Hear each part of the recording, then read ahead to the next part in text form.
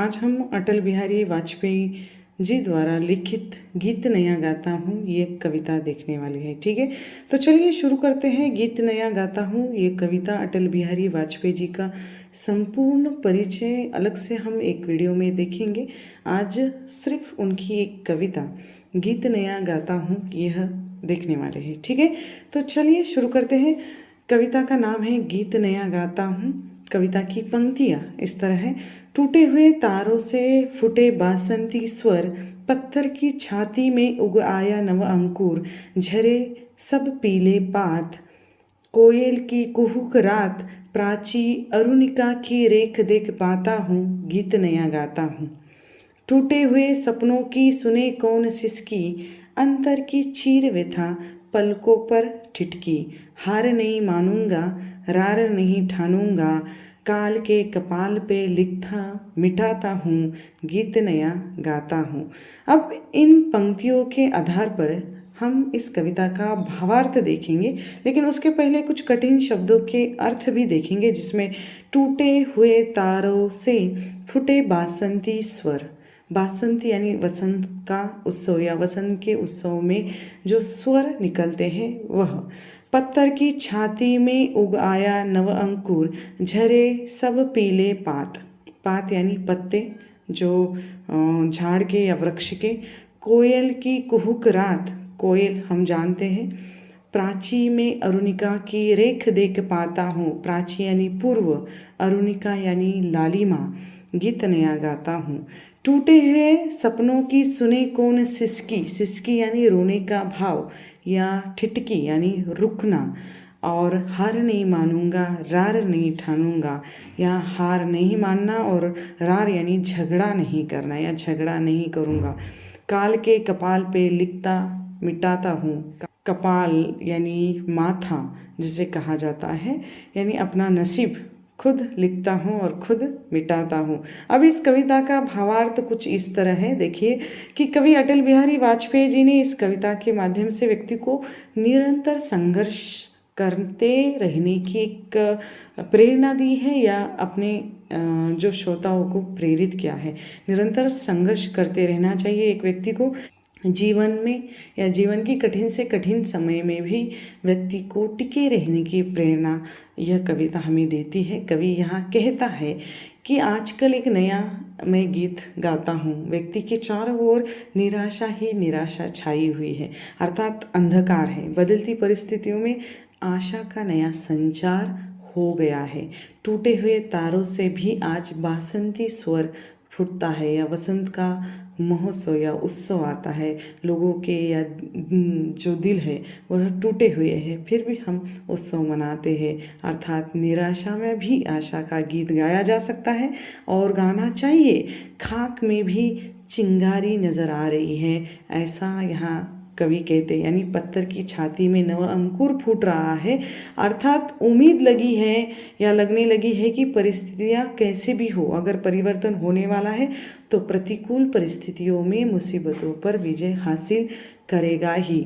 यानी यहाँ पर उन्होंने कहा है कि मानव में जो परिवर्तन आया है, या प्रकृति में अपना रूप जो बदल दिया है, या निसर्ग अभी अपना रूप नया हमें दिखा रहा है। उसके पुराने जो पीले पत्ते हैं, जैसे झरे सब पीले पात, यानी पीले पत्ते झड़ जाएंगे, अर्थात जो सड़े हुए हैं और पुराने हैं वह गिरकर नए पत्ते उगाएंगे, या नए पत्तों का निर्माण होगा, या नव अंकुर जैसे कहा है।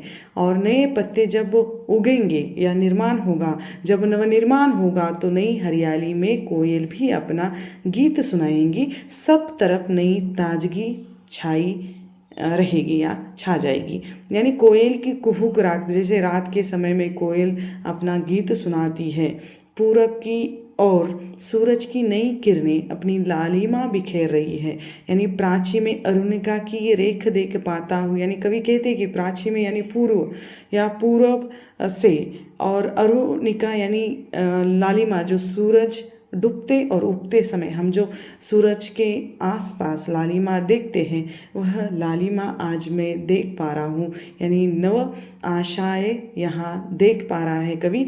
और किरणें अपनी लालिमा बिखेर रही हैं, सूर्योदय होने वाला है, वहाँ उजाला प्रकाश छाने वाला है। और इस कारण इस प्राकृतिक सौंदर्य में अपना सुर मिलाकर मैं नया गीत गाना चाहता हूँ, या कवि नया गीत गा रहे हैं। आगे कहा है, टूटे हुए सपनों की सुने कौन सिसकी, अंतर की चीर व्यथा पलकों पर ठिठकी। आगे कवि अपने सपनों की बातें कर रहा है जो किसी कारण टूट गए हैं।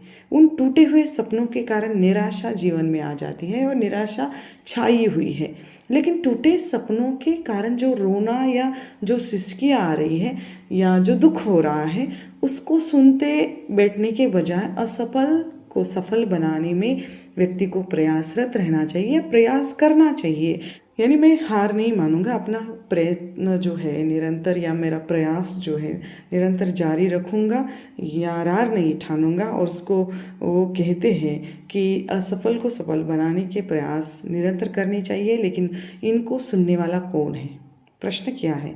और उस अंतर मन की व्यथा को या जो पलकों पर लाकर रुकवाना हमें पड़ता है। हम रोते नहीं बैठ सकते और आगे बढ़ना पड़ता है। जब व्यक्ति ज़्यादा दुखी हो जाता है तो रोते हुए बैठ जाता है और समय बर्बाद करता है। कवि का मानना है कि हमें रोते नहीं बैठना है, निरंतर प्रयासरत होना है, टूटे हुए सपनों को भूलना है, लेकिन टूटे हुए सपनों को पुनः प्रयास करके उसको सफल बनाने के लिए हमें प्रयास करना है। और मन की पीड़ा को शांत करने के लिए व्यक्ति के आंसू हमें जैसे निकल आते हैं, हमें पता है, और वह हार मानकर बैठना उचित नहीं है। हार नहीं मानूंगा, तभी कवि कहता है कि मैं हार भी नहीं मानूंगा और हार मानकर हथियार नहीं डालूंगा।